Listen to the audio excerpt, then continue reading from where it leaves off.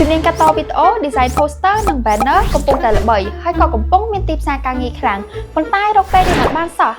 សម្រាប់អ្នកចង់ចាប់យកជំនាញកាត់តវីដេអូឬចង់បន្ថែមជំនាញដើម្បីបង្កើនចំណូលដល់ខ្លួនឯងប៉ុន្តែអត់សូវមានពេលអ្នកទាំងអស់គ្នាអាចជ្រើសរើសកញ្ចប់សិក្សាវគ្គជំនាញកាត់តវីដេអូនិងរូបភាព poster របស់ Adobe Certified Professional នៅសាលា Innovation School of Education បាន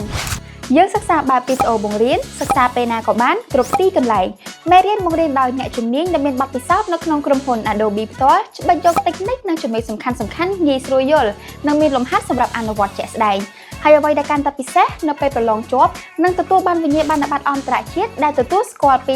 148ប្រទេសជុំវិញពិភពលោកក្នុងវគ្គសិក្សានេះអ្នកទាំងអស់គ្នាអាចជ្រើសរើសកម្មវិធីសិក្សាល្បីៗដែលមានដូចជា Photoshop, Illustrator, Premiere Pro, After Effects និងកម្មវិធីជាច្រើនផ្សេងទៀតដែលមាននៅក្នុងក្រុមហ៊ុន Adobe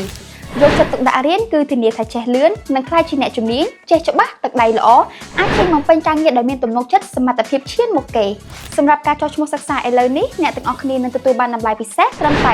$45ប៉ុណ្ណោះប្រកាសទំនាក់ទំនងមកយើងខ្ញុំដើម្បីសាកសួរព័ត៌មានបន្ថែមអំពីការសិក្សាសូមអរគុណ